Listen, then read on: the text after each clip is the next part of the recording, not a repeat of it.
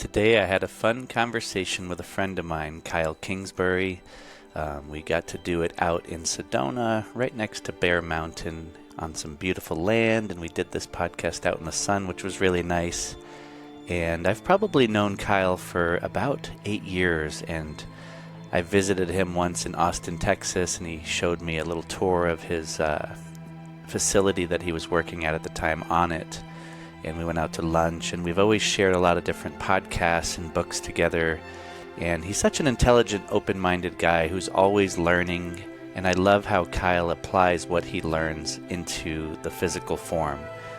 He lives out on a farm right now, and he's teaching his children how to hunt and how to farm and grow their own food. And he's just one of these people that's rare and actually applies the knowledge. And he's always seeking way beyond the norm when it comes to learning. He's had some pretty prolific teachers, and one of his teachers is Paul Chek, his mentors and friends, who I've listened to for many years as well. And I've always wanted to do a podcast with Kyle. It's just a matter of coordinating it and getting us to be in the same place at the same time, and I thought this would be a little bit more of a special one to do in person. So I was able to catch him after his event, Fit for Service, while he was here in Sedona, and it was really fun. I hope you enjoy this conversation, and don't forget to rate the show on iTunes, Spotify, and YouTube. That helps people to find the show, and I hope you enjoy the episode. What's up, Kyle? Good morning. Good morning to you, brother. Yeah, thanks for doing this, having me on the land. Appreciate you. Yeah, my pleasure, brother. Yeah. It's good to have you back. Yeah, definitely. It's been 5 years since I've been out here, but I've spent 30 years exploring Sedona, so it's home to me. Yeah. So, yeah, this is nice. You and I have been connected for quite a few years, and we share a lot of content together, a lot of books, podcasts. And before I had a podcast, I'd always be shooting you people to get them on you because I just knew they needed to be heard. So that's been really cool for you to throw some neat people, Daniel Schmachtenberg and you're Robert Forte and one. I can count on one hand the people that I would say are consistently feeding me good things. Awesome. One hand. Well, that's awesome. You know, I'm a connector by nature. You, Paul Chek, Christian Pitty, Dr. Nathan Riley. That's the short list. That's amazing. Well, I appreciate doing it, dude. It's always for me. It's like, how do we share and connect and learn and grow, right? And that's what you do well. And when I discovered you years ago, I've witnessed you from a distance. You take on life full on, man. And I've heard some of your journey, and I'd love to hear it today because there's going to be people that hear you and for the first time, and I want them to hear a little bit of your dark side, the shadow stuff that you had to work with in the beginning, if you're willing to go there, of course. Fuck yeah. And one thing I love about you is your ability to be vulnerable, but you're also a Viking. You know, you fought in the cage, you're a savage. You stay healthy, you're a warrior, but you're a peaceful warrior. And so I've always admired how you love your family, your discipline. You have a lot of qualities that I look up to, so I call you a brother. Yeah, absolutely, brother. Yeah, so you're out here. You're just finishing up a little week of Fit for Service. And we were chatting before we got here. Are you willing to talk a little bit about how that went for you or what went down? I would love to hear what just went down out here. Well, I mean, for people that don't know, Fit for Service was started 6 years ago by Aubrey Marcus, myself, Caitlin Howe, and Eric Ghazi. And it was basically something where we could do a mastermind where we'd have a group for about a year. And sometimes it was just for one event, but a lot of people ended up staying for at least a year or more. And we'd run them through the most transformational practices we could that were legal. You know, we're obviously into plant medicines. We never wanted to take on that role either legally or even just beyond legality because of the amount of respect we have for those medicines. But, you know, we sought some of the best breathwork practitioners in the world, people like Anahata Ananda, who's a local here, Stephen Jaggers. We got hooked up with Lucas and Hella all the way from New Zealand and just really started to form and shape how we do things by learning through the best. And breathwork, as you know, is quite transformative. When I first started, I didn't think much of it. I thought, you know, all right, cool, I've got ayahuasca. Let's see what this microdose is like. And 45 minutes later, I'm out of my body like, oh, I had no fucking clue. I'm sorry. Yeah, what a fucking arrogant piece of shit I was to think that this wasn't gonna be much and think it'd be a walk in the park. But we have access to that. We have access to ecstatic dance. Ecstatic dance is something, coming from my background in fighting and, just the Western world where at some point you get choked up on the dance floor around 12 or 13. Oh, the girls are watching, that kind of shit. Sure. And the other guys are making fun of me and that kind of stuff. And we just stop dancing. And I don't think it can be overstated the importance of freeing yourself through dance. As woo-woo as that sounds, as fruity as that sounds, when you do that, you're unlocking parts of the psyche. You're unlocking parts of the entire body, the mental, emotional, the psychic body, the astral body. And anywhere where there's a kink, people like talk about that in yoga, like, oh, if you got a root chakra blockage, this kind of stuff. It's like you can dance your way through that to unlock every piece of you to become more whole. And that too, I mean, I really had no idea about that before getting into it. And still, we did this. We've been doing 3 or 4 events for a year, for 6 years.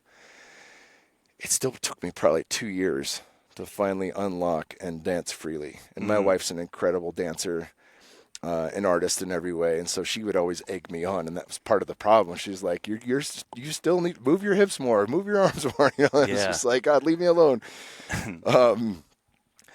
But once you hit that spot, I mean, it's one of the most freeing things ever, and those are just a couple of the practices that we have. We also teach everything we know. This has been the first year where we've really been siloed into containers to teach our bread and butter. And so Physically Fit is the name of my class, but it's really about holistic health and where does the intersection of the body and the mind and the psyche meet? How are our habits?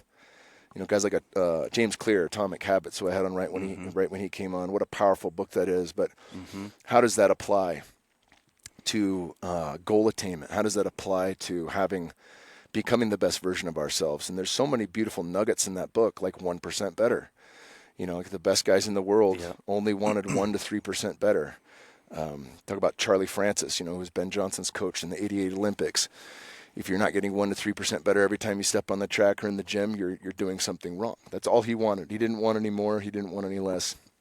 And we've also had the fortune of bringing in experts in a wide variety of fields. So if we weren't, like none of us channel, but we were connected with Paul Selig. At the end of year 1, he came and worked with us, and we've taught different. We've taught through different lenses over the years. And it's been something for me that I recognize this time, since it's coming to a close and it's going to morph into something else at the end of this year. I just was talking with Godzi about how different we are. Like we are completely different people from when we first started this because of it, right? And how much growth that I've had because I've been in the seat as teacher, and I consider myself a student first. And a seeker. And so it's been really cool for me to have a fire lit under my ass to continue my education. Fighting was that for me first. It was the first time where I felt like if I'm not learning how to be better, I'm not going to get better. I didn't have enough natural talent. I was an athlete, played football at ASU. But that's really where that first fire got lit. I was so fed up with college. I'm still a senior at ASU technically. Like Ben Wilder. And I had told my strength coach, I was like, he asked me to read a book. And I was like, I'm never going to fucking read another book again, unless it's fiction or something I want to read, like I'm done learning shit from books. And he goes, would you watch a video? And I said, yeah. And it was How to Flatten Your Abs Forever by Paul Chek on VHS. It's an old one. I'm like, yeah, man, I want to get shredded. Let's do this. And I watch it, and it's all on gut health, soil quality, regenerative agriculture, the microbiome, long before other people were talking about these terms. And I realized if he had that much in just a video, I was like, all right, maybe I should read this book. And I read the book, and that book changed so much for me. How to Eat, Move, and Be Healthy. And especially when you fight, it's the pinnacle of sports, the pinnacle of challenge, the pinnacle of testing yourself. Yeah.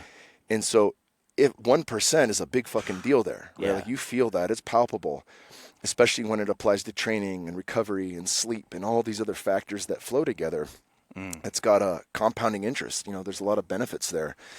And so realizing that book changed me. It made me think, if there's this much in one book that can change that much in my life, what else is in books? Sure. And so that really lit the fire for me to continue learning. But thinking of Fit for Service, it's been so rad because we take, 100 to 200 people at a time. And we bring them through all these things that help forge community. Anytime you go through, and this is a firefighter, when you go through challenging shit together, that's what forms bonds. Sure. And so the challenging stuff that we offer is stuff that's meant to transform. It's meant to crack through. It's also meant to feel uncomfortable. That's something I tell a lot of bros that come here that have trouble dancing is like, and Aubrey says this too, the cue is, if it feels weird or it feels gay, do that thing. Like if you're held up because of some idea in your head, that's the move you need to stick with until you no longer fucking care. Right. And then from there, now you're free. Yeah, it's armor. And so that's been a beautiful thing to be a part of. And we have our final event coming up in Malibu at the end of January. So if anybody's interested in coming for the last hoorah, we're going to start mid-October with the school and teaching online. And I don't know if you've got listeners across the pond like I do, but we had a couple guys from Ireland here, a few guys from the UK, a couple Aussies. And that's really cool. And obviously most of them can't come. It's just too much, too expensive to fly and to stay and to do all those things. But we do offer just the online portion of that. But the meetups are really where the sauce is, and that's a big part of my life where it is now came from COVID and the lockdowns, because it was like, we can't teach what we're doing on Zoom. Sure. It has to be face-to-face, like you're doing a Zoom ecstatic dance in your living room. It's not the same thing as even just listening to an iPod. Yeah. Or I'm dating myself now. Even you listen to it fucking Spotify, it's not the same as live music. Sure. Right? You're missing so it's much of happening that. right exactly. there. Yeah. And the full spectrum of vibration and sound, right? It's so limited digitally, but the face-to-face thing, that was a big reason why we redid this spot here in Sedona. It's a big reason why we have the farm in Lockhart, was the pressure of the possibility of, government or some force saying you can't meet up. Yeah. And we were like, fuck that, dude. We're going to meet up. I want to grow our own food. And so that really was the shift. I've kind of touched on some of the past. I love it, and some we're of going to get into all all yeah, that. Exactly. You I'm can excited. take it wherever you want, brother. No, I love it. And I love how you said the teacher role, but the student first. And the best teachers I've met, and you have too, are the students, the forever students. And they're leading by example.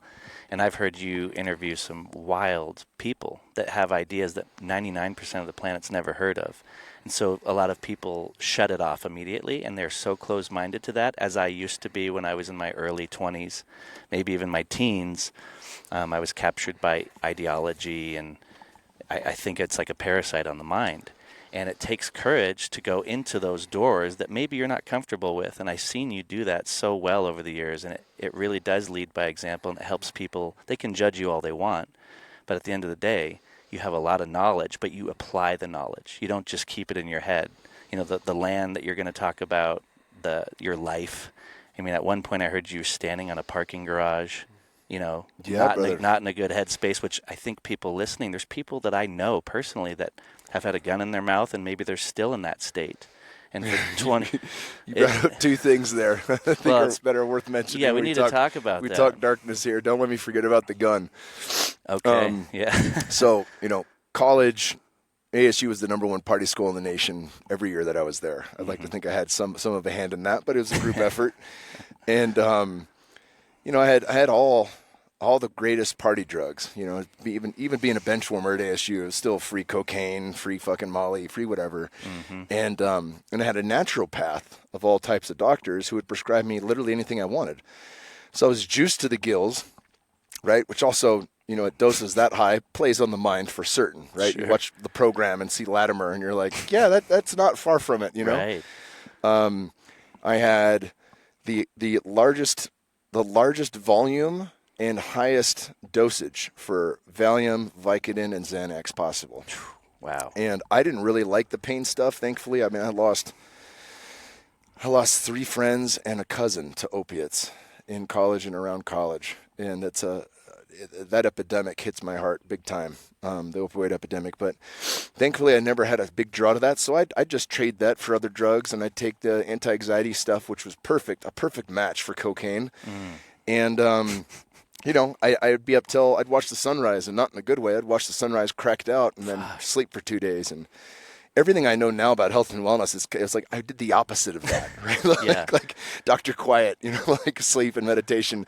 That was so far down the totem pole for me. And I had a lot of shit, growing up. I think a great podcast that people want to listen is the one that I did with Peter Crone that really, speaks to my childhood and the weight of that experience before I was able to heal it and work with it. Yeah. And before plant medicines. And, I didn't get it. My first mushroom journey was here after college in Sedona, and it wasn't even done with the right, right respect and relation and set and setting. It was like we were taking key bumps the night before and slamming natural ice, and then I baked all of our mushrooms on a Coleman with fucking bacon grease, and we had a mushroom omelet. But it went down Slide Rock, and like that still cracked me wide open. It was a fucking powerful spiritual experience, and I stayed away from. I realized the weight of that and the power of that medicine, and waited a while till I had good guidance for it. But football was everything to me. I played since I was 8 years old. Like I said, walked on at ASU. It was my dream to play in the NFL. And I realized my senior year, I might get like 1 or 2 downs a game where I'd get in. And I knew the heartbreaking news, this is my last year.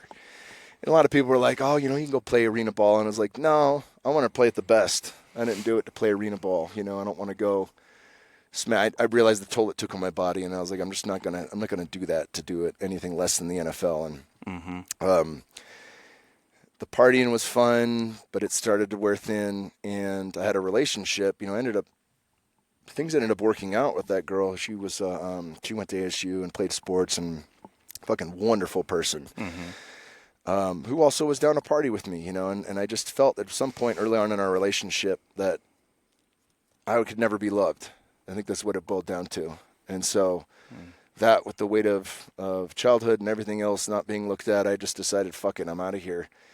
And 'cause there is a loomingness to depression. Like, I understand people that kill themselves. I know the why. It's because there's no light at the end of the tunnel. That's right.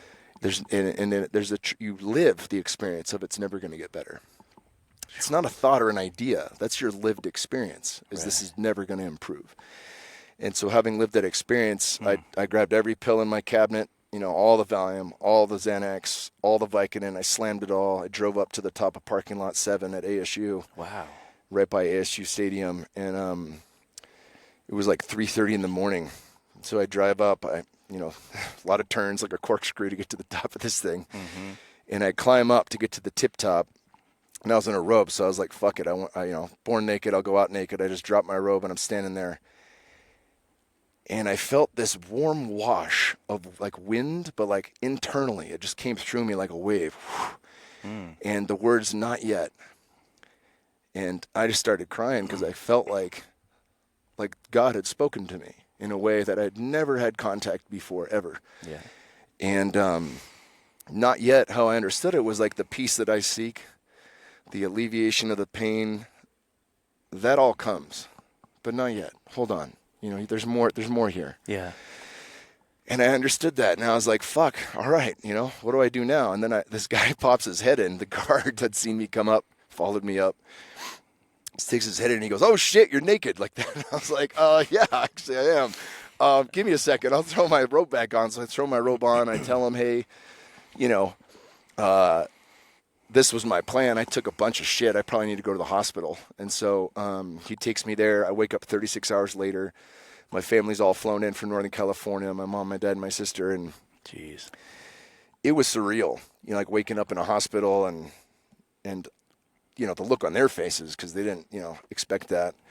And there's no fucking note or anything, it was just like, let's fucking go. Wow. And I remember, one or two things that stuck out. My mom was like, looking at me like, what are you doing, And I was like, just trying to, like, I wanted to end it. And it's like, why is everyone being a dick? She's like, well, you weren't very nice to the male nurse. And I was like, okay, who knows what fucking came out when I was on one. But yeah, it ended up being a really powerful experience because there's a lot of people in there who had come from not worse, but longer time in that zone, and older people. And, and they would, some of my conversations with them really moved the bar. They really were.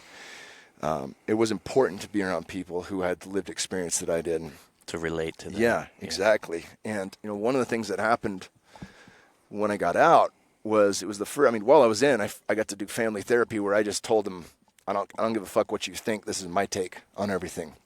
And it wasn't, there was a lot of denial, and it still didn't matter. And the therapist said, like, yeah, it's not for them to agree to and all that. And I was like, yeah, it's just for you. And I was like, all right, cool, got it. And so said it all, shit that I'd never said before. And a lot of it was denied, and it still didn't matter. I just needed to say it. That was huge. The other big piece, probably the biggest piece, was every thought bubble that I had of what I should do, what I ought to do, how I had to finish college, what type of degree I got or was going to get, what type of job I needed, all that fucking vanished. It was the first time in my life where every should and ought just popped. Wow. And it was gone. And I knew now I have a true choice here to make on what I want to do that's not influenced by anyone else. For the first time in my life, what do I want? And I had no fucking idea. But I knew I was missing a team.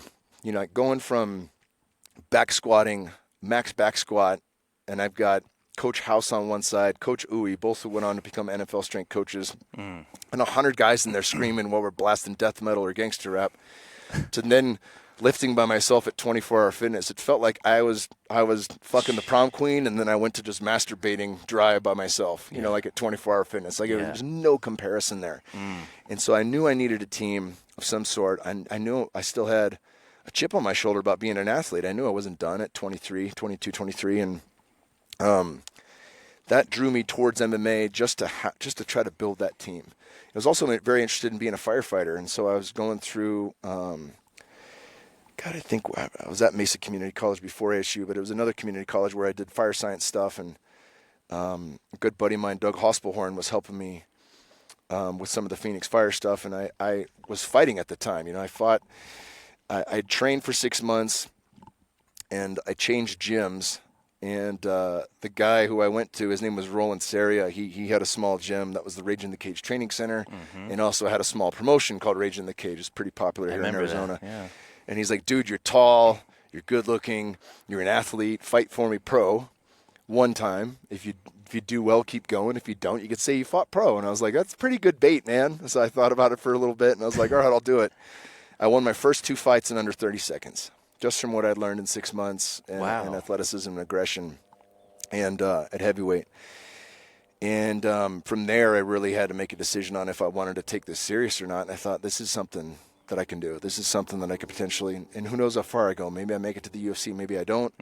I set a rule for myself that if at any point I drop below 500, it's not baseball. Like I got to retire. So if I'm 2-3 in Rage in the Cage, that's it. If I'm 4-5 in King of the Cage, that's it. And in UFC or any of these things. So I set that for me, and I held that. But yeah, I kept training, got into it then, and that was really one of the first pieces that started me on the path of taking care of myself. Football, I could get fucked up the night before and go out and smash dudes the next day, especially in my 20s. Like we'd go out to the bars. It was before the Super Bowl came here, so closing time was still 1 a.m. Get home 1:30, have like 3 hours of drunken slumber, which is not sleep. Roll out of bed, make it to the practice field at 5. We're running wind sprints and then going straight to the gym, and I'm setting PRs. Damn. Right? Because I'm fucking 21. Sure. And I'm on all the gas on earth. Like I can't lose. In fighting, if I had a night like that, and I did have nights like that, after the fight, it might take me 2 weeks to a month to get my cardio back. Wow. That's just the difference of the demand, right? Yeah. And so I knew at least I don't have, and some guys who drink during camp, I was like, I can't have a fucking drop during camp. And so it gave me a very polarized way of living, but it also gave me this break where when I was in camp, I was perfect. I'm reading A New Earth by Eckhart Tolle. I'm doing breath work. I'm meditating. Wow. I'm getting into Dispenza's work. I'm learning about Dr. Kelly Starrett and the mobility WOD stuff and ice baths and living in that, not even watching TV, just reading and doing everything I can for myself. Fight happens, win, lose, or draw. I'm shoving ecstasy in my ass, fucking going wild, No kidding. Eating fucking Burger King. And, I was like, I earned it. I was a good boy, that kind of thing. And it's funny, is my wife, who I met years later, I'm going to tell the story about her, but she was the one that pointed out, she's like, you live these ridiculously opposite way of being. You're one person in camp. You're a completely different person outside of camp. She's like, everything you know about health, that doesn't just go away because the fight's over. Like, you still got to take care of yourself outside of that. It'll make you better, even if you just do it to be better. And so slowly we worked that way, you know, and thankfully we had ayahuasca and things like that to help us at that time. But the fight career ended when I got to 4-5 in the UFC. You know, I had it was peaks and valleys. I had lost my way in from the Ultimate Fighter, lost my first fight. They saw potential. I was training at American Kickboxing Academy with all the best guys in the world. Cain Velasquez, Daniel Cormier, Luke Rockhold, Habib Nurmagomedov. And, you know, I had 2 fight of the night victories. I had a 26-second knockout, all in the UFC against top, you know, good guys. And then I lost 3 in a row. And my 4th fight was after a pretty serious injury. I had a torn labrum, broken neck in 2012, all in the same year. Jeez. Came back in 2014 flat and just got dominated by Pat Cummins in my hometown of San Jose. And it was like, I had already said, you know, if I lose this fight, I'm out. So that's what brought me to there. But I don't want to jump too far ahead, but, you know, if we get into plant medicines, I'll remind myself with the gun in the mouth, because that's that's a whole deal there too. But I'd love to hear that. Yeah, that was, you know, the path that led me through that. And I should say, you know, my boxing coach in MMA was a mestizo Aztec Mexican, and he'd bring me out to the Native American reservation in Northern California for sweat lodges. And after a couple of years of just really working with the sweat, which is its own medicine container, I asked him about, you know, when are we going to use La Medicina? And he just burst out laughing, and he's like, I've been waiting for you to ask me, you know. So we started working with psilocybin and eventually ayahuasca, and that really made the course correct, you know, for how I treat myself. And it was this thing that really polished how I lived my life. Amazing. So before you fought, you had never fought at all? You didn't have wrestling background, or did you have? I wrestled in junior high, and I wrestled in high school, and I was good. But Daniel Puder, who ended up being WWE's Tough Enough champion, he was my teammate. We're both the exact same height and weight at the time. You know, we're both 215-pounders. If I'm really in shape, I'm 215 at that point. And he'd always beat me by a point in wrestle off, so I'd have to wrestle up. But I was playing football against guys that were 275, so like, this actually is better for me to wrestle at heavyweight and let him go 215. Was league champion as a senior.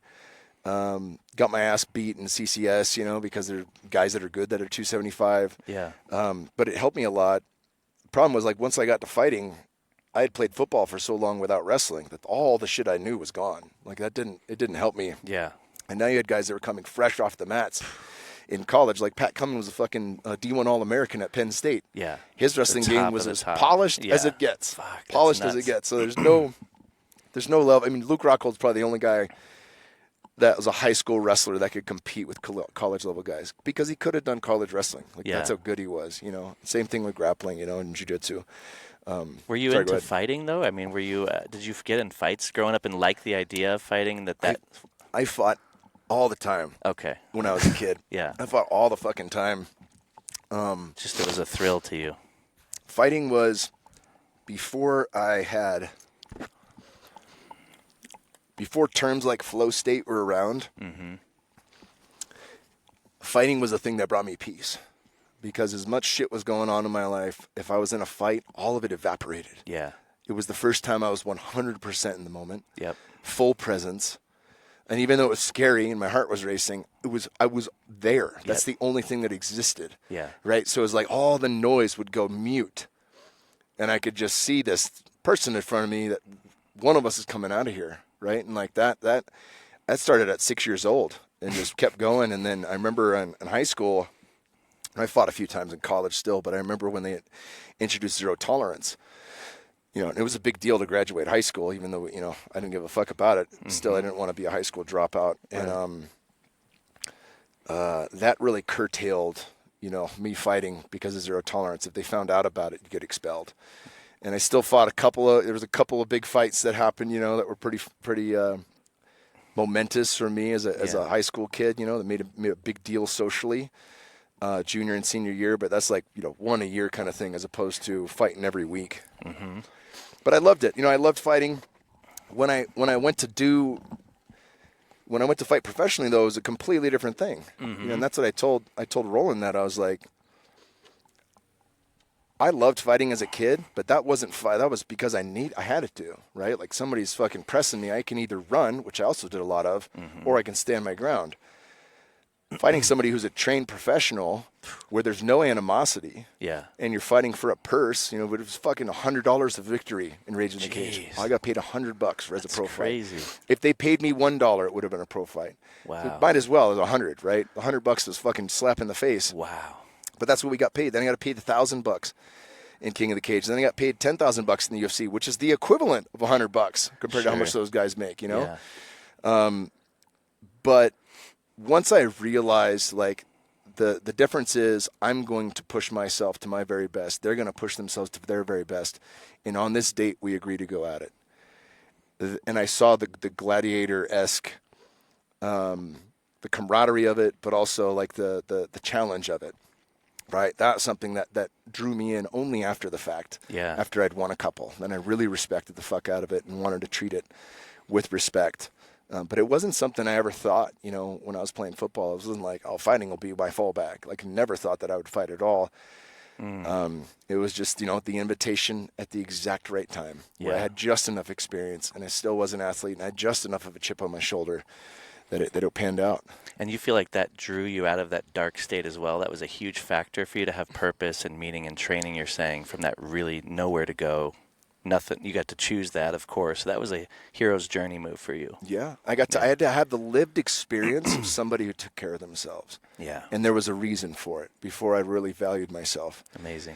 And, kind of skipping around, it was through plant medicine, specifically ayahuasca, where when I retired from the UFC, I had no attachment to it.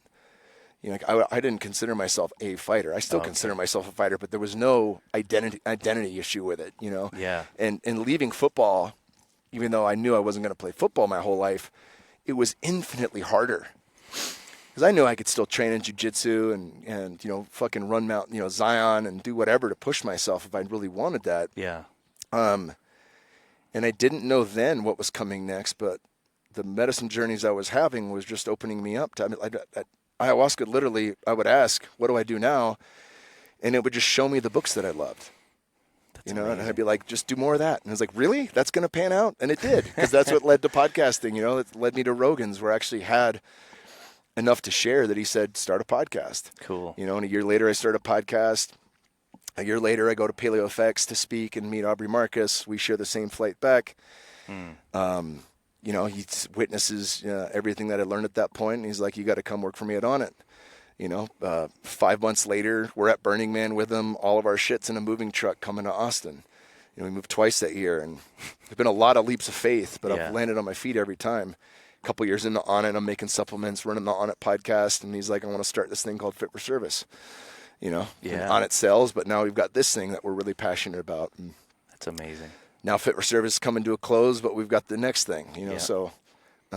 Getting good at paying attention to the present moment, too, and trusting the journey and the process seems like a part of that. Absolutely, even when I don't see what's next. Yeah, like where you're at right now. We were talking before we hit record. It's like, dude, in your heart that it's beautifully planned, but you have to now just be present enough and pay attention enough and stay heart-centered. And one foot in front of the other. Yeah. That's it. I got to walk the path no matter what. I love that about you, man. It's so cool. I mean, you carve your own path, and not many people do. A lot of people, which I don't blame them, but they're stuck in the matrix, and they're staying safe, right? And that's what we're taught, and that's a survival skill. But I love people that just go, you know what, I'm going to take life head on and carve it out, and you've been doing that. I'd love to hear how you ended up with a gun in your mouth later, after all that, because that's pretty wild to hear. Well, it actually rounds out the conversation around plant medicines, because right when I did ayahuasca, I was, like many people, I wanted the ceremony drum to stand on top of Bear Mountain and fucking just beat the drum. This shit is real. Yeah. Fucking ayahuasca exists. It's magic sauce. Like, holy shit. Yeah. I had no idea. Evangelical. Absolutely evangelical. I had no clue. This shit was around. No one's talking about it. Right? And that's what drew me to Aubrey, because he was talking about it on Rogan's. He's the only guy I really heard going through trip reports and explaining his transformation and actually doing something with it. You meet a lot of people in ceremony circles that are in the same boat, unfortunately, not really changing their lives, but Aubrey was, and he was quite successful and hadn't lost his sense of humor or anything that made him, the person I love as one of my best friends. But you stay in the game long enough and you start to see, and Robert Forte was beautifully stated this. I'm so happy you introduced us. He's a fucking absolute gem. Czech absolutely loves them. They're good buddies now too because of you. So happy to hear that. He talks about the bell curve, and Jamie Wheal said the same thing. Of all the people that work with plant medicines, maybe 10% only are going to do it, have a profound experience, and change their fucking life for the better. That's right. 10, right? 10% are going to lose their mind. Yep. And everywhere in between that 80% is going to be vast, from somewhat transformative to somewhat scary to somebody's going to call it a bad trip and never do it again, but not really be harmed by it. Like, that's the 80. Yeah. And when he said that, I mean, at first it was like, because of what it did for me, it was like, fuck, like this works. It's got to work for everyone. Sure. And anytime somebody would say it's not for everyone, I'd be like, save it, dude. Like, what do you know about this shit? Sure. But the longer you stay in it, and I've seen, even in Fit for Service, like I said, we don't serve plant medicines, and a big part of that reason is what I'm talking about. Not everyone takes it. Not everyone does with it what I've done with it, or what you've done with it. And it's really, it's gut-wrenching to see people go off the rails. Yeah. And we've had people that we care about go off the rails, and I myself went off the fucking rails from a journey with 5-MeO DMT, Snoring Desert Toad. And I'd heard Rogan talk about why he'd never do it again. He said he went so deep that he forgot who he was. He forgot he had a life. He forgot his family entirely. And then he said that scared the shit out of him, right? Because when he came back, he was like, I fucking completely forgot the things that I love the most. I'm never going to do that again. That should have been enough for me to question doing the high dose of Bufo, but I didn't. I also didn't know that reactivations can happen when you do a high enough dose. And I had a great conversation with Jamie Wheal about this, where this shit's only been around since the 1980s. It's not like you've got, a Shipibo lineage that's at least 3,000 to 10,000 years old working with ayahuasca. It's been around for decades, not thousands of years. And it is, it's 10 times stronger than NNDNT. It's this fucking most potent psychedelic on the planet. And if you have enough of it, it will cause reactivations, meaning you go to meditate or go to sleep, and all of a sudden you're fucking in the medicine. And the main difference between that, because when I heard that, I was like, kind of like Norm Macdonald, when he's like, you're telling me I take a hit of acid now, and 20 years from now I get another hit for free? Yeah. I was like, fuck yeah, dude, let's do that. And all my experiences were positive. It was like dissolving into the oneness of God, the warmth of a star, like vibrating through every cell of my body, just perfect experiences. And then I'd had some rough experiences, where I understood Terrence McKenna's, the mushrooms turned on me, and like Ram Dass's, when you get the call from God, hang up. Like I would just play over and over in my head, like, why the fuck did I pick up the phone again? And I had that experience with 5-MeO, and it ended. Thankfully, I was in a loop. Hell to me is a loop. It doesn't. There's no moving on past the loop. And I really felt like saying that a second time just to fuck with people. It's a loop. The mushroom. I think it would have got me more than the people listening. That's awesome. So I snap out of it, eat food, watch the 49ers. I'm like, all right, 3D fucking reality. Let's go. Get home, tell my wife, she's like, oh, that doesn't sound like a transformation. I was like, no, it didn't. It fucking sucks. And I'm really considering, if I work with this again or not. And, or any medicine for that matter. And I go to sleep that night, and right as I'm falling asleep, I feel my lungs expand with the fullness of the hit that I took. Wow. I feel the lungs expand. I feel myself press and lock it in, and the fucking kaleidoscope goes, fucking starts down the wormhole immediately, right? Wow. And I fucking snap up, no, yelling it in my bed, fucking grab my legs, like, no. Because I'm alone. Yeah. There's no fucking shaman there to walk me through this. There's no one blowing smoke over me. I'm not fucking doing that, going to that place alone. And you're not in the mood. No, I absolutely not after that experience. I didn't sleep for 3 days. And this as a firefighter, when you don't sleep, you're not having visions. You're fucking full on hallucinating. And it's pure panic. I mean, you picture any meth head that's strung out. It's not some beautiful experience where they get to meet God. Like, it's terrifying. Absolutely terrifying. And so I hadn't slept for 3 days. Anytime I'd sleep after that for the next 2 weeks, I'd go into the fucking journey. And it was all dark. It was all the unconscious and all the fears that I had never really realized were there. And my wife was carrying the fucking squad on her shoulders and just said, you have to call Paul. He knows. And so I finally called Paul Chek. Because you have kids at this point. I got 2 kids, you know. And Wow. I call Paul, and he talks to me for 2.5 hours on Christmas Eve. Wow. In 2020, and gives me a closing ceremony. That night I go to sleep for the first time in 17 days. Perfectly. No nightmares, nothing. And that's beautiful. you know, Paul had some takes on that. It still took a long time to process. I still have flashbacks of that shit now, 4 years later. Wow. 4+ years, right? Like it never really left. It's still a part of me.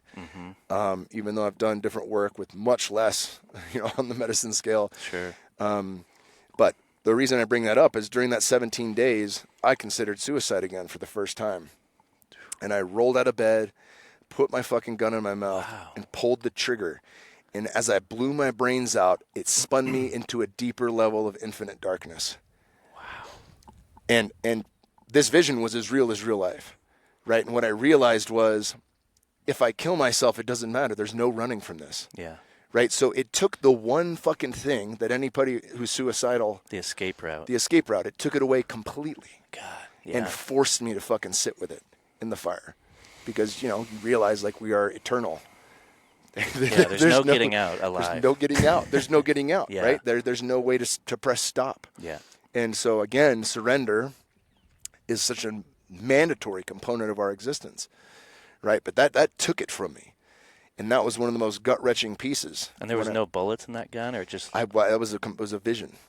Right? Oh, it was a vision. It was a vision of the me whole rolling thing, out. even you grabbing the gun was a Yeah, vision. even it was the vision. But, Got I mean, it. it was crystal clear where I fucking dude. wake myself up. No! I go out of my fanny pack. I pull it out. I fucking cock it because I don't leave one in the chamber. Boom. And then it goes... I mean, it was the whole thing. I could taste the metal in my mouth. Man, I've only known one person that says, man, the taste of metal's not good. I'll tell you, you know. And even Don Howard, a mutual friend and teacher of ours, when he lived with me, we got into it, and he wasn't afraid to go there and share what it felt like, which is what you described, to be in that state in his early 40s when he just felt that deep depression. And I'll never forget that, because I yet have had that experience of being depressed like that, but I have been a fireman for 20 years, and I've seen the suffering, and I've had family members and friends, and I've had friends kill themselves. So it's something that I don't shy away from when it comes to, like, trying to understand it, the nature of it. And it's a fucking heartbreaking thing when you know someone in that state. And that's why I really wanted you to share that story. And, you know, he always told me, one of the things I'll never forget was that when you're walking along and you think you're 100 yards away from that pit, that state that you were in, because it's a state, he goes, it's always 2 feet behind you. Don't ever think you're 100 yards away. Yeah. And don't think it can happen to you. And he said that to me, and I'm vibrating as I think it, because I'm like, wow, because I feel like it would be impossible to conceive of, right, for me. But I know it's right there. And so it keeps me accountable with my daily habits and with my relationships and my friends. And Absolutely. I'm always like, dude, the people we run on, they're all in the streets and they're in hell. And they're existential hell. And I'm like, I'm 2 minutes away from that. I'm never far removed from it. You know what I mean? And so people like you sharing those stories is helpful, because you never know. One person could hear it and be in that state, and it could be like, you know what, fuck it, I'm going to take life on, because there is no end. I do believe what you said. If you do it, it takes fucking courage to kill yourself, more than to live almost. I don't say it's weak, but man, God, you don't know what it's going to do. Is the karmic solution to throw you back into a harder situation? Yeah. So gratitude and appreciation for the fact that you're having life and awareness. I don't know how you get out of that, but you got lucky and found some amazing things. What would you share with people that you find to be in that state, if you could share something? Yeah, well, one of the things that helped me was understanding, you know, and I haven't gone deep into Buddhism, but there is enough knowledge there where they talk about these 7 layers, 7 dimensions of existence that always exist at the same exact time, right? So there is a hell realm. Hopefully most people don't experience that. Some people experience a microdose version of that, but quite a few fucking people experience the full-on version of that. Yeah. At the exact same time that that's happening, there is the kingdom of heaven, right? If we have the eyes to see it. And it absolutely feels impossible if you're in hell to even consider the fact that the opposite could be true. The equal and opposite is true. But I've too recognized that, like, if I feel myself slipping in a dark way, I know, and especially from Czech, and Czech's just simplified shit in a way that really speaks to me, but like Dr. Happiness. Dr. Happiness isn't just your vision of being here, your vocation, what you're here to do, the legacy that you leave. It's the little things that bring joy to your life. Right? If I'm in a shitty mood and I feel it, and I don't want to be this way around the kids, I'll tickle my kids. And the second my little girl starts laughing, it's like, poof, gone. Yeah. All the shit, right? Laughter is one of the most important things we have to just vaporize the hell experience. Yeah. If we can find a way to laugh. And if we can find a way to connect with people we love, my kids have been such incredible grounding cords, but also the things that bring me joy. And they're a fucking handful and hella hard, right? There's no two ways about it. Like, parenting is the hardest thing anyone could ever do, but it's worth it. And as long as I can remember, I can push the joy button, right? I don't wait for that. I engage with joy. Yeah. Right? And even if I'm feeling like shit and I throw in like a super dope song that Wolfie or Bear love, and we start dancing in our dojo on the springboard floor, like, again, if every bit of self-pity, every bit of anything is just eviscerated. Yeah.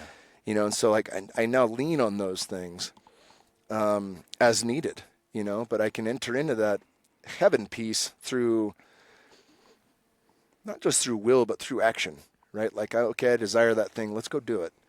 And I think that's a big piece of, the manifestation piece. And Joe Dispenza is it's like, yeah, believe it as if it is already so. Speak it as if it is already so. And now put one foot in front of the other.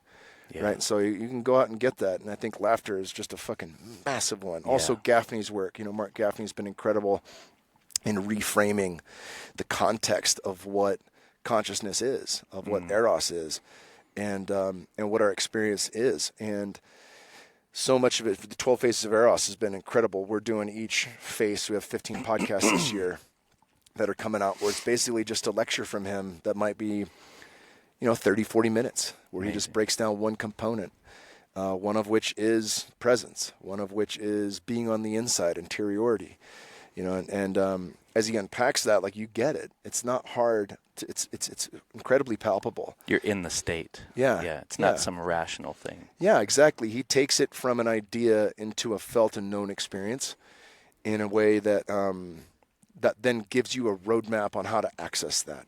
Right? Beautiful. Like, he gives you the compass and the North Star and says, here's how you get here. Yeah. And I think that's incredible. And it's neat, necessary. It's a map, right? It's I've heard Robert Anton Wilson used to describe maps versus the territory versus the landscape. And you've probably heard that, where you're in the creek. And I know where these watering holes are around here that are epic, and you can go there and you're secluded. But I can draw you a map. You can go there, and then you're there. But don't get hung up on the map. The map's incredible. We need the map because it got me here today. You gave me the map to this beautiful oasis, and here we are in this felt present experience. But you can't, if I go and share that with the audience or other people, they don't know what it's like to sit here and to look at Bear Mountain and to be in awe.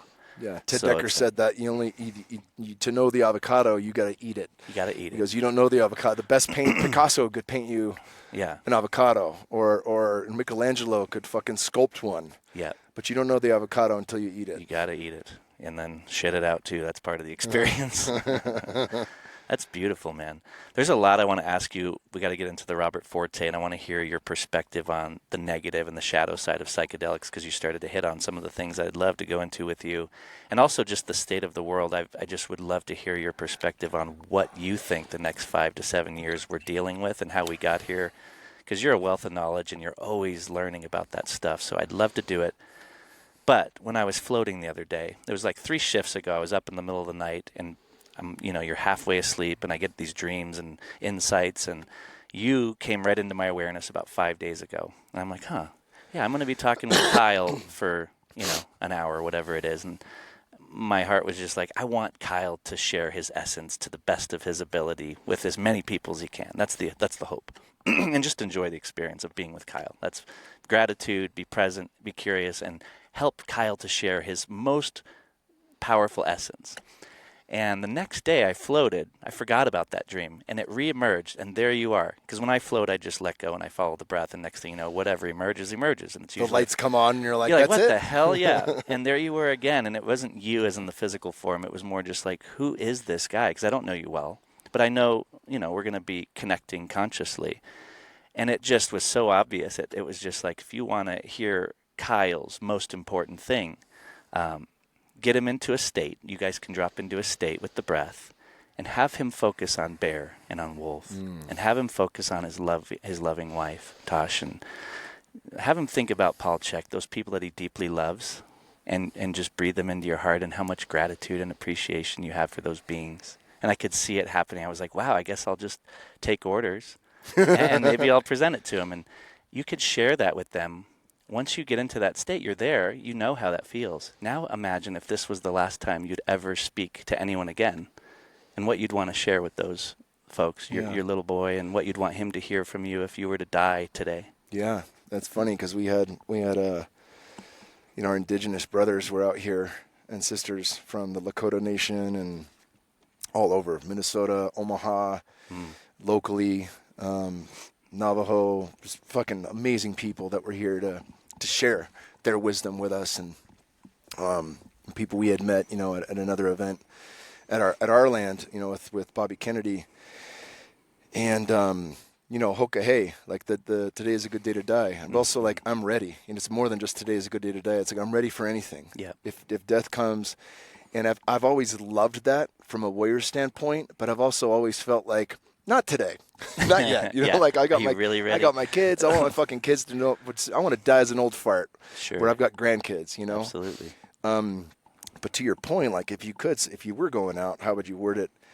And this actually, I can kind of fold in a little bit of the darkness into this, because like my buddy Jay Bird, who I got to meet at Donna Howard's, who's a beautiful Wachumero now in Louisiana. He always said the darkness serves the light. Right now, equal and opposite is true. You could say that fucking light serves the dark, but the darkness serves the light. And when I think of 2020, where the real holy shit awakening took place in my life, of like, oh, they're not talking about this in the future. They're talking about this right fucking now. Guys like David Icke, Catherine Austin Fitz, a lot of people that we're into. And I've lived in fear. I threw my fucking back out. I had a 500-pound deadlift, which isn't a lot for a powerlifter, but it's a decent amount for somebody who's dicking around. And I threw my back out getting up off the floor. There's an excellent book by John E. Sarno on back pain as it relates to mental emotional states. I read that book. Yeah. Yep. And it fucking blew that was the reason my back went out. There's no two ways. The pure panic of 2020, the pure panic of what's to come. Watching Plandemic. I'm good friends with Mickey Willis, especially the second one, Plandemic Indoctrination. Planet Lockdown, Catherine Austin Fitz. Like this is what they're building, right? Sure. And, and people saw this from a mile away back in the day. That's why we had, got 1984 from Orwell, and that's why we had Brave New World. They saw like there is a path where the controllers or the people that are running the world actually are shooting for this, and it comes through things like the Paris Climate Accord and things like that, right? Yeah. The UN. And if you really look into it, it will reveal itself in a way where it's no longer hyperbole. It's not something where you're just like, yeah, maybe. You're like, oh, no, that's exactly what's going on, right? That's exactly what's going on.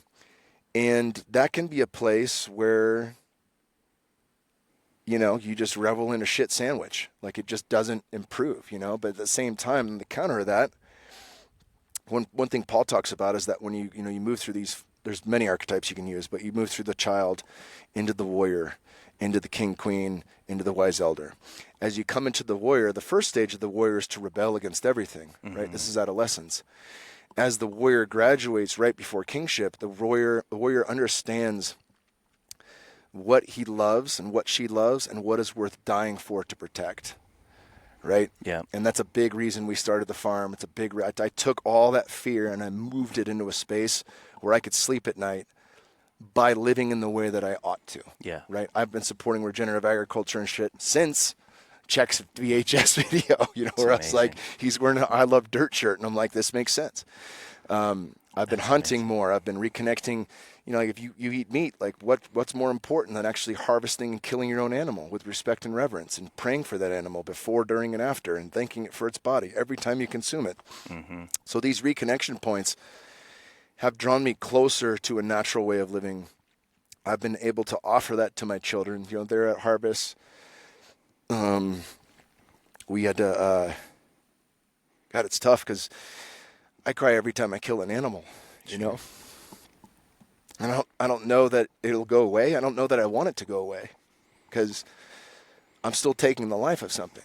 Most people who farm don't feel that way. It's just, it is what it is. And I don't judge them for that at all. It's like, if you can keep it at arm's distance, cool. But I usually don't, you know? But our kids get to experience, you know, that fullness of emotion that happens where there's the thrill of fuck yeah, clean shot, yes, we got food, fuck yes, the tribe eats, fuck yeah, like there's and however hard it was to accomplish that, you know, I did an elk hunt in northern Colorado where we had to go up and down 2 mountains to get to this one spot where the windage was right, that I could hit a mama elk, a cow elk at 340 yards, not a super long shot, but with 30-mile-an-hour wind and 9,000 feet elevation on ice effectively. Wow. Right? Like that. Then I know that story when I bring that food home to us, right? I know the story of how she went. I know the story of what medicine card I drew that day. It was the crow. You know, like I know all those things. And the telling of that story is something that matters to me, you know? But I think looking at the darkness is one thing, but then it's what do you do with it?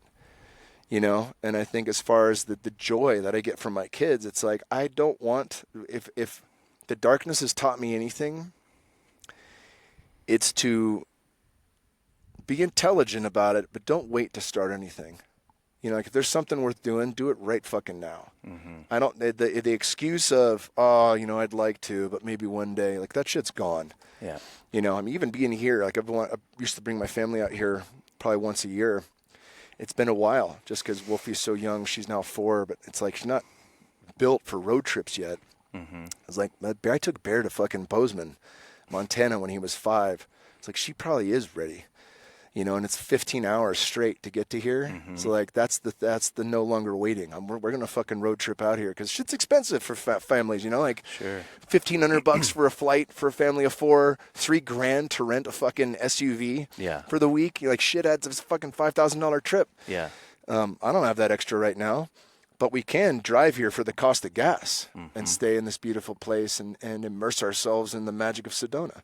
You know, and like that's one small example of I don't need to wait to do the things that I want to do that I know are going to be powerful for all of us, that I know are going to be bonding for all of us. And I know that the things that you know, especially whenever you look at like what they're attempting, right? And so one thing they're attempting is human beings will no longer inhabit a third of the earth since we're bad for nature, not a part of nature. That means a third of every lake, a third of every mountain, a third of every fucking land that I own. We couldn't even rotate cattle on if they get their way. A lot of people are like, oh, that'll never happen, that kind of thing. It's like it's already happening in different places. You see what they're doing to the farmers in the Netherlands and different things like that. It's 100%. happening, and there is a push. You just talked about 5-6 years. There is a push. Yeah. There is an agenda for 2030. Right? There's a map. Right? Yeah, and it's called Agenda 2030. Yeah. I guess not shit where and Klaus Schwab and all these guys. Yeah, World Economic Forum, all that, and fundamentally, Gaffney knows this shit too. Something I love about him. He was teaching in Tel Aviv at university, and like 3 doors down from him was Yuval Noah Harari teaching the exact opposite. And like that to me is mind blowing. Yeah, it's like Jedis were being trained. One went to the Sith, one went to the Force, right? One's like, transhuman and one's human. Yeah, exactly. And one understands the fullness of life, and one believes that it's all whatever the fuck we want to make of it. Yeah, you know, there is no right or wrong, right? Yeah. Those are ideas. And those ideas get us in trouble. Yeah. Jamie Wild once talked about this too on a hike we did.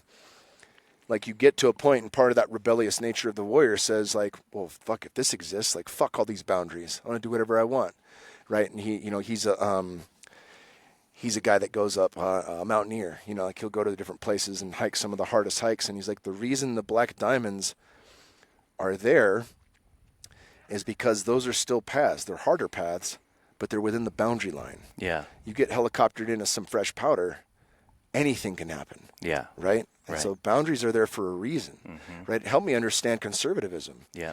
You know, and especially growing up super progressive from the Bay Area, and, you know, a lot's shifted. I don't want to just swing the pendulum one way or the other. I see things from both sides. Yeah. But the boundaries are important, and I think having that, for ourselves is important, but really when it comes to the kids, it's about structure and it's about opening them up. It's not about teaching them a damn thing, and like my job as a dad is to show them the door and allow them to walk through it and to be there with them on the other side. And that's been transformational in and of itself for me.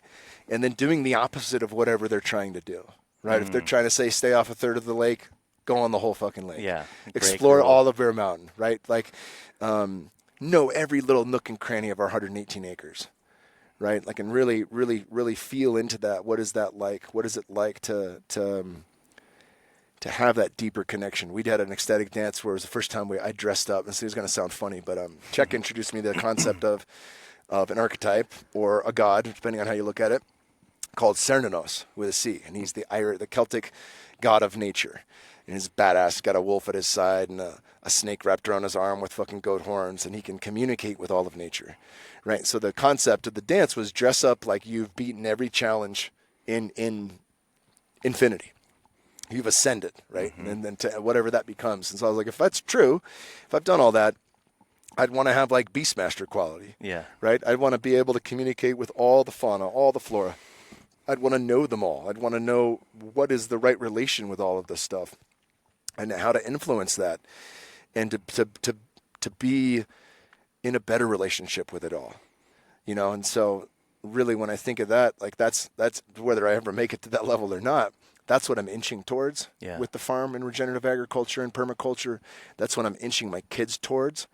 Reality, right? Paul did a great one on reality versus unreality, and he uses the pretty basic ass example of a video game where if you don't water your plant, the plant dies. Yep. Right? Or maybe the plant lives if you don't water your plant, but in real life, you don't water your plant, it fucking dies. Yeah. Right? And it's like we started as gardeners, like I gardened my mom's backyard when I was fighting in the UFC with one raised bed and maybe 10 fruit trees. But in that rebuilt my connection. I reestablished my connection. And Dr. Will Tagle, who was a phenomenal mentor of mine before he passed away recently, he wrote the book Walking with Bears. He was a PhD in psychology and a PhD in physics. And he talks about ecofields. Everything has its own ecofield, right? And at the center of every being is the spark of the divine. And that spark of the divine is a center, it's a GPS, right? That just knows, right? And so a big thing of what we try to do here at Fit for Service and lead by example with it, though, is to reconnect to our high self, reconnect to the GPS that always knows, that speaks through intuition, that speaks through a visceral gnosis, not an idea in our head. And that's really what I'm trying to offer my kids and my wife is like through these connection points of nature, through the doorway of a sweat lodge, through the doorway of a hunt, through the doorway of being in a place like Sedona or Lake Tahoe or Big Bend, like that we get a chance to connect in a way that's real. Yeah. That is not the metaverse, right? That has consequences for our actions. If we fuck up, they're going to see it. Yeah. Right? And that's a hard truth. It's been one of the hardest things is farming is reconnecting to death on such a fucking rapid level. Every summer we lose. The summers are hardest in Texas. They're much harder than winters for our animals. And we had a mama buck that would always come to our house. She was basically like, these are wild animals. But she felt that comfortable. I could drive up on my e-bike and she'd get up and move 10 feet and sit back down. It's amazing. Yeah. And she was so incredible. She gave birth to a little boy when we were in Montana Summit. Tosh sent me a video of her boy coming with her up to the house. Wow. Right. And like we watched her when she was pregnant. I planted shit. She ate it all. I fucking had to protect some of it. But she was this presence and this force at our house. And she had a really hard time after delivering. She was fucking bone skinny, harsh summer. We're putting out extra water. I'm putting out feed even, like just to try to fatten her back up. And eventually she reached her last day. And this was a week ago. We just saw her laying down and she wasn't standing up. Damn. She wasn't moving for us 10 feet, and I took Brady Jiu-Jitsu. We came back and Tasha had already let us know, like, hey, she's going to go, and so we came back and, there was ants on her face. So like a lot of people who don't know would consider what I did maybe wrong. But seeing ants crawl on something's living nose, I wasn't having it. So I helped her pass away and slit her throat, and we just held her. And Wolf was there, Bear was there, my wife was there, my brother Brent was there, our plant manager and dear friend, and we just held her through to the other side. It's beautiful, especially for your family to be there with that and your kids to see something like that. Yeah. That's fucking, you can't learn that in school, especially a public school for that matter. Yeah. That's amazing, man. Well, I want to be mindful of your time. It's 9:40. I don't know what you're looking like, but I want to know what you would say to people that when they start to dive into what's going on with what you just said with the planet, and we're pretty aware of a lot of it, and there's a lot to learn about it, but a lot of people shy away from it because it just puts them into a dark state and they feel hopeless. Yeah. And I understand that. I don't get that way personally because of certain things that I've encountered and experienced, and I believe in the infinite game and not the finite as the focus. But what would you say to people to encourage them to pay attention and to tell the truth and to seek the truth and then to take action at some level? Yeah, that's you just said it right there. Seek the truth, right? And what does that mean on a visceral level? Do what is real, right? So you go back to this AI game versus the real game. Do whatever it takes to be in nature. Take your fucking Zoom call outside in your backyard. Do a podcast outside like we're doing. Listen to podcasts on a walk, or just listen to nature on a walk. But being outside is the first connection point. I remember when I was at On It, we had writers, a team from men's fitness or men's health, and there was this study that came out of Japan called forest bathing. And it was, if you walked for 30 minutes, 3 days a week in a forest, you had a 60% drop in depression. It wasn't a 60% drop if you walked in the city. Right? And then they chalked that up to there's polyphenols and pheromones and all sorts of shit coming from the trees, which I've seen on medicine. You can see this shit coming off of plants interacting with my energy field if you're on the right frequency. On one hand, it's laughable. It's like forest bathing. You mean fucking being human? Forest bathing? Like just fucking do it human? Let's go human for a minute, right? But we're so disconnected from that at the same time. It's like that is prescriptive. That is something we ought to do. Yeah. And if we don't have that scheduled, fucking schedule it. Yeah. Do it. Mark Bell had 10-minute walks. He walks after breakfast, lunch, and dinner. He just goes outside and walks for 10 minutes. Sometimes that stretches in. My mobility practice, I shave down to 6 minutes. It's 3 minutes, super couch stretch on each side. If I hit that, I check the box. Right? If I hit that daily. And what often happens is I end up saying like, well, I just got that. I've got 10 more minutes, and I fucking do a better routine, and I get my whole body, right? I can go for a walk, and if I'm like, I have an extra 40 minutes, let's take another fucking lap, and I'll walk a 5K. Yeah. I'm getting sunlight. I'm getting all the fucking energy of the plants that are around me. I'm able to broaden my vision, and see full spectrum light, but I'm also looking at things that are far and things that are near. And in doing so, it changes my neurochemistry. It changes my immune function. It changes the entire operating system. Yeah. Right? Huberman was big on that. A lot I disagree with Huberman on, but he was a buddy. He's been on the podcast even before he was on Rogan's. I went out to his spot at the Huberman Lab at Stanford, and he talks about this ability to reverse engineer our state. Right? You can do it through breath. Right? And he was studying at the time meditation techniques and mantras prior to sleep to help with sleep. Right? And showing that Eastern mysticism is quite efficacious. Yeah. Right? So I think about that. If I'm in a shitty mood, I can utilize the breath if I know the right techniques to bring me out of that shitty mood. If I'm panicked, I can slow my breath by doubling my exhale to start to bring me back into parasympathetic. I can tone the vagus nerve through chanting. Most people might think that weird, but that fucking works. There's a reason people have been doing this for thousands and thousands of years, right? And the same is true of my environment. If I change my environment, I change me internally. And all that takes is going outside. And I had a 1/10 of an acre. The reason I bring up Will Tagle is because when I was working with him, we didn't have the farm. And I was in a tiny little cutout 1/10 of an acre in Austin in the suburbs. And he goes, that doesn't matter. He goes, you could have a back patio in an apartment, but the plants you put there And the energy that you bring, that's your own eco field. Mm-hmm. And that eco field resonates everywhere and interlocks like a quilt with all the other eco fields. And I had a very funny journey in New York. I used to fly to New York a lot pre-COVID for podcasts, and I went out drinking. That's when I used to drink. I went out drinking with my buddy Ryan Giles, who was my podcast producer at the time. We wake up a little, not hungover, but a little dehydrated, and we decided to do a microdose of acid and go to the fucking go to the park. The microdose ends up being a macro because of our dehydration, right? And Ryan's throwing up on the way. Thank God it was New York City, so like people see people throwing up, they don't give a fuck. They don't even stop to say, "Are you okay?" Right? So every trash can we get to, he throws up. And I can feel the buzz of New York on steroids, just like holy shit! It was way overwhelming. And we make it to the park, and the eco field is there, and it was like a fucking oasis. It was like water in the desert. Just love that part. All of a sudden, right? And I was like, all right, buddy, I don't know what we're doing, but we're not leaving here until we're good.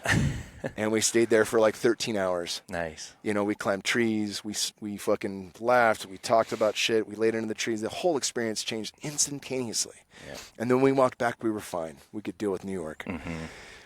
That example, and the example of Dr. Will, and he really speaks to this in the book, Walking with Bears, in a beautiful way. It's accessible to all of us.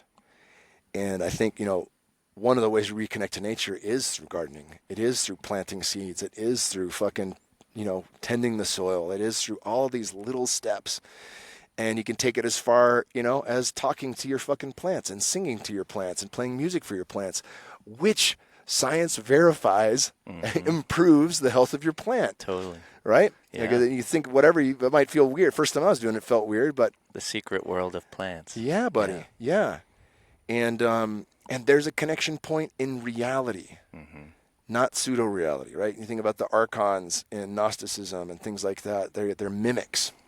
Wetiko, you know, the dark Native American energy that actually is nefarious. It's not the trickster energy. It's not coyote or coyote medicine. It is darkness itself. It's anti-life, right? Aubrey's got a great book coming out, You versus Anti-You. It's going to speak to this dark force that exists in everything. The devil's not some dude in a fucking red onesie with a pitchfork, right? It's the devil that's in all of us, the devil that's in all things. And if we understand that, as Czech says, the devil you know is a lot better than the devil you don't know, right? And so anytime fear is coming up or darkness is coming up, I double down on what's real. I double down in nature. I double down on the practices that help me the most, that shift my experience, because I know from experience I can be in hell or heaven. Both exist simultaneous. Fucking whopper, dude. I love it. I could listen to you all day for sure, but I appreciate you, man. This has been fun.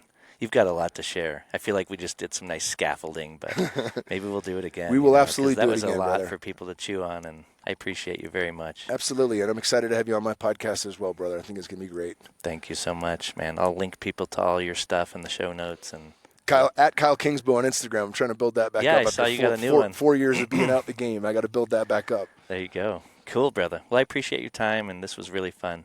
Thank you, brother. My pleasure. Cool. Cheers.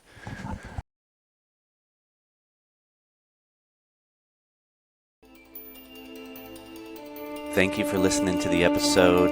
Be sure to subscribe to the show on Spotify, YouTube, and iTunes, and rate the show. I hope you enjoyed the episode. What we call reality is in fact nothing more than a culturally sanctioned and linguistically reinforced hallucination.